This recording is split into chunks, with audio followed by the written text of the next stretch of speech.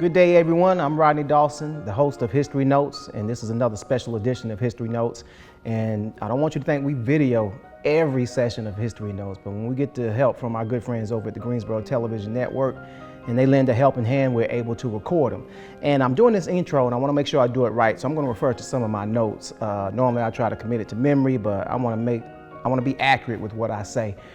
This summer speakers series that we're doing in collaboration with Mcgirt-Horton Library along with GTN, it started last month, was something that we aired earlier this month for Juneteenth, because I met a black historian, is what they call her, Shirley Simmons. She did a program called Past, Present, and Future, and I learned so much.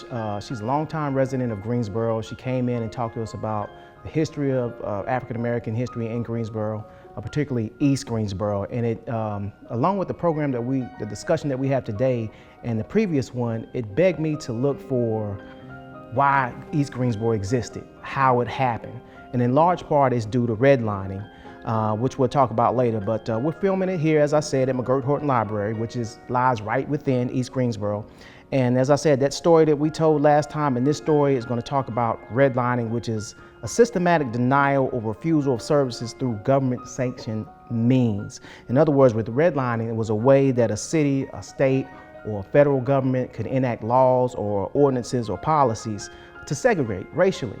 And so in the South, you had it, but if you go west, if you go Midwest, if you go north, they typically relied on redlining to segregate those neighborhoods. In the South, we had the Jim Crow policies, but we also had redlining as well.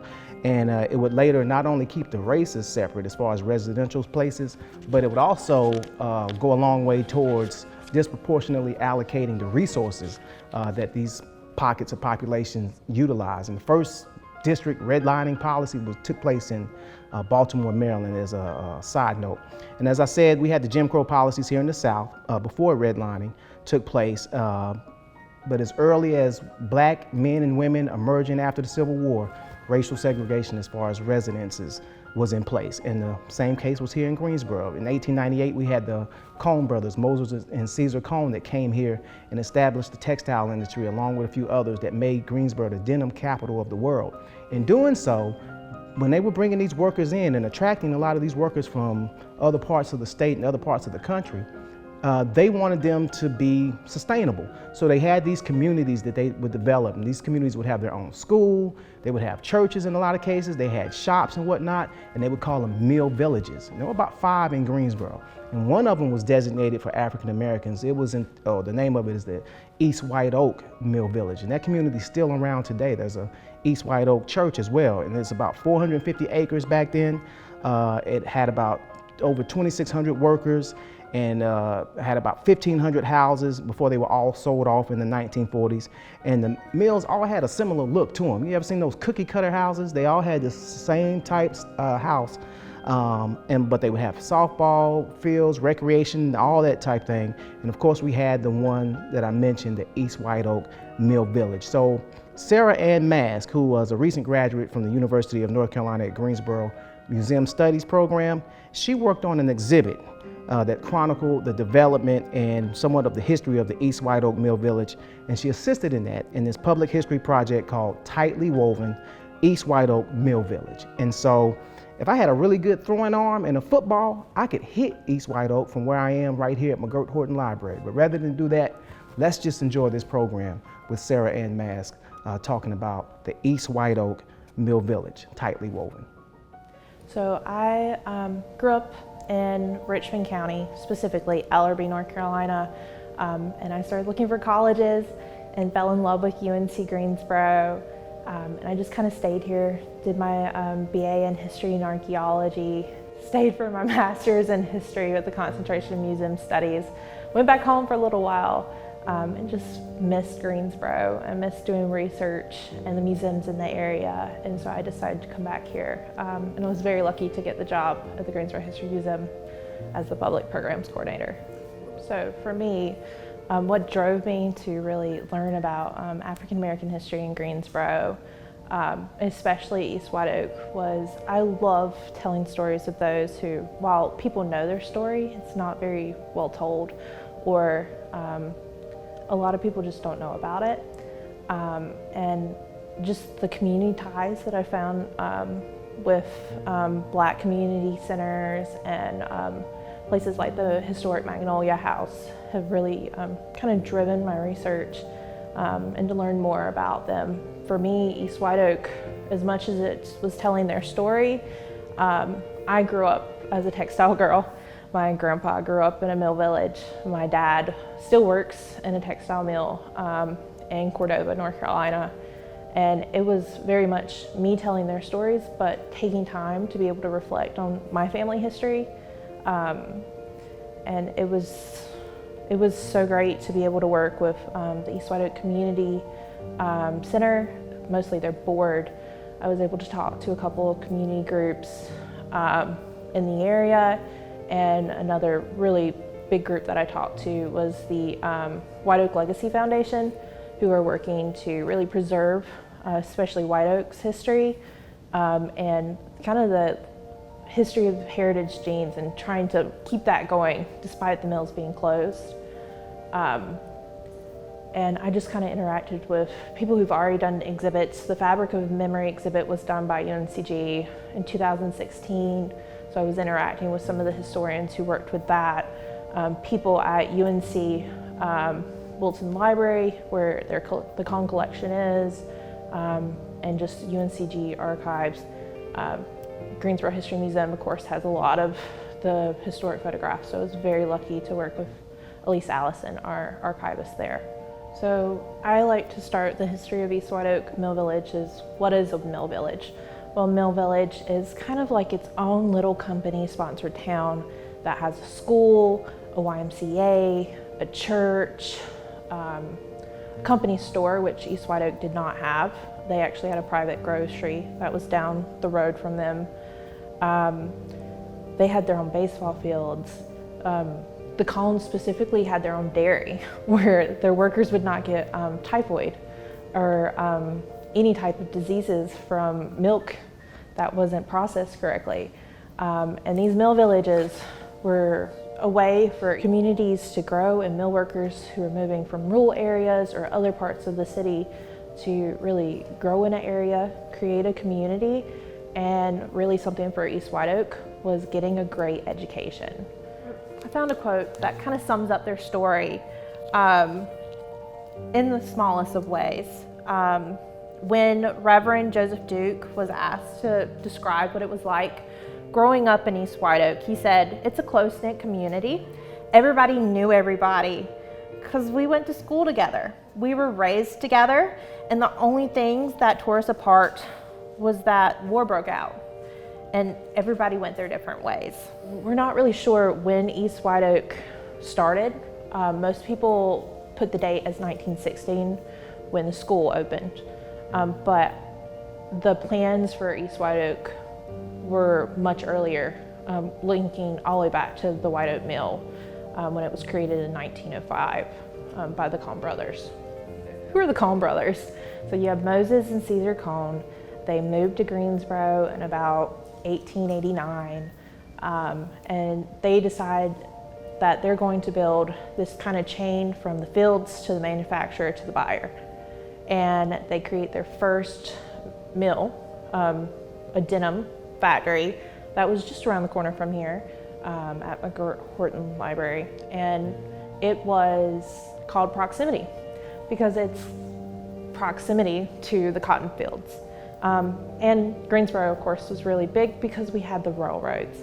And so you're able to pull things in quickly from the fields and immediately get them out to places like Chicago or New York, which was amazing for the time period in the industry. They will go on to work with the Sternberger family, which is a Jewish family just like the Collins. They build a flannel company called Revolution, and then of course White Oak would come later. It's the biggest and innovative of its time in 1905, and each one of those mills have their own mill villages. And each one of the mills has their own corporation or companies. So So you have the Proximity Company, the Revolution Company, and the White Oak Company. And they all kind of are under the bigger umbrella of the Collin Mills Corporation, which is very confusing because sometimes the blurred lines of the Collin family themselves and the Collin Mills Corporation, because the Collins stay in power all the way up until after World War II, before they start having others outside the family take over certain aspects. At the turn of the 20th century, the success of the Collin Mills Corporation, especially for the owners, Caesar and Moses Collins, they saw that they were getting lots of black workers into their mills, which means that they needed a community, which unfortunately was segregated at the time, for their black workers. And so in 1905, as part of their White Oak mill construction program, which was innovative for its time period, they added East White Oak, which this was part of some of the planning there. Segregation and anything related to Jim Crow is very interesting when you're looking at mill villages, because everything in the mill village is there. So the children, it was very insular. So the children really didn't go outside of their community. And so when they weren't going outside, if they weren't going to downtown Greensboro or to the other mill villages, they weren't interacting with Jim Crow at all. And they don't really remember it. If you look at the oral histories that were collected by UNCG in 2009, they talk about how safe the community is, how great the community is. But when you start looking outside of that and what historians have looked at for segregation in textile mills, the textile mills were kind of a battleground when it came to politics and to segregation, because it's our #1 industry in the South, especially in North Carolina. So the idea that you can integrate the mills, you'll be able to integrate the rest of the South was really big, especially with the American Friends Committee and a lot of the unions. And it's heavily documented with Collin, because Collin has reaches all the way into the Deep South. They're one of our larger manufacturing companies overall in the US. And so they did interact with it in terms of, were you able to get a good job? Were you able to get a high-paying job or a skilled job? And while Collins integrates really early on in the 1920s, most of the time you do not. You're not able to, because places like South Carolina, they created a law back in 1915 that said no blacks could work within the assembly line because it had to stay segregated. And so you see a lot of people taking on the harder paying jobs as truckers, as boilermen, as openers, or shipping people, or working in the mill villages. For women, most black women were not able to enter into a mill as a worker until the late 1950s. And they would work as domestic servants in the other communities. And this could also be dangerous, because the KKK, as much as the unions were involved in the mills, the KKK were too.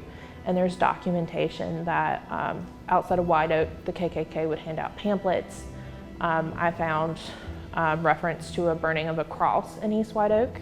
And so while it was dangerous, they also kind of had their own little world when they were in their community, because it was safe and they could really interact and talk about politics and build their businesses in a way you really couldn't do in other parts of Greensboro. I'm not really sure in terms of what were the wages exactly, but it really depended on where were you in the mill. And they often were not allowed to have leadership jobs. So black men would have lesser pay than that of a white woman or a white male. And if you were comparing it to the rest of the state, maybe a white child, because there's lots of child labor within the textile mills, especially in the 1910s, as we're starting to get child labor laws. So if you walk into East White Oak Community Center, it's still very much in the bare bones of what it was during when it was a school. You've got three large rooms. These are still active spaces where lots of the community members come in. they rent it, they have their weddings, they have their parties. And so how do you create a space that you're able to tell a story but also allow open floor plan for it to be multi-purpose was really a struggle. And the story itself, there's so much you could talk about and there's so many panels. I mean, I've left maybe 2 out from our presentation today, and it only tells like a drop in the ocean of the stories of East White Oak. So I sat down with the community board and I was like, what do you want to see in this exhibit? What story do you want to tell? And then I went into the research and looked at what historians were saying. I created kind of a script of these are some of the photographs I want to use. This is what I want to say. What do you think about it? And it was a lot of back and forth as I talked to other community groups, my professors at the time, because I was in graduate school. This was my capstone project for UNCG's Museum Studies program. And after a while, this is what we got in the end, but even up until the 2 weeks before, I was still editing things and changing things and finding new information that I really wished I was able to get more of into my exhibit. If you want to see the exhibit, it's still on display at the East White Oak Community Center. So if you're going for a program or anything else, it is there. I was talking with the director, Alice Strike, and they're working on what hours they're going to have. And right now they're also working on a traveling trunk of portions of the exhibit to go out to libraries and schools and other community groups. So there's many chances to be able to see it coming up. Reach out to her, especially if you have something that you really want to do with it or you just want to see it. And if you wanted to see other things about the Mill Village and you do not have access to my exhibit, I highly suggest going to Revolution Mill, to the Fabric of Memory exhibit there, as well as the Greensboro History Museum, because of course in our Voices of the City, we highlight the denim capital, and we tell many of the stories of not only East White Oak, but the other mill villages under the Calm Mills Corporation. So for those who want to uplift a community that's not their own and really make it an American story, just get out there. Don't be afraid to start talking to people. Make sure the people in that community's voices are really being highlighted, that they get a say in what you're doing. But make sure that you're finding connections that everybody have. This idea of a close-knit community, taking care of each other, growing, overcoming adversity are all very much themes of all communities. And if we're looking at East White Oak textiles communities, that's pretty much the turn of the 20th century, especially for the South, especially for North Carolina. Most of your cities were built out of textile communities, or our small towns are textile communities that have been kind of wiped away, that most kids wouldn't realize they're living in. And just really talk to the people around you, bring their stories to the table and say, hey, I heard about this. Have you ever heard this story before? Did you know that this place was part of this history?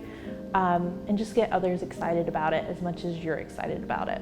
And be okay with getting out of your comfort zone and being uncomfortable, because being able to tell somebody else's history, especially one that has lots of challenges like segregation that you don't really have a connection to, it's a lot, and it's a lot to process. Be okay with that. Take your time, process it, make sure everything you're doing is really what that community wants, and just enjoy what you're doing. Where can we learn more about tightly woven East White Oak exhibit? Well, join East White Oak Community Center's Facebook group. In terms of East White Oak itself, come by the museum, go by the Fabric of Memory exhibit. One of my favorite books about Black workers in Greensboro. It was kind of the Southeast overall, but they really focus on the Calm family and the Calm Mills, is Hiring the Black Worker by Timothy Machen. And these are really great sources to learn more overall. So check out the Greensboro History Museum website, social media, Facebook, Twitter, Instagram. See more about what I'm doing. Because I'm the public programs coordinator, I'm interacting with all types of amazing work that we're doing there. And just follow us. If you've missed one of our programs, go see our YouTube channels, check out our podcast, and stop by the museum to see our amazing exhibits, especially our new one. And just watch out, we have a lot coming up and a lot of amazing things we're working on.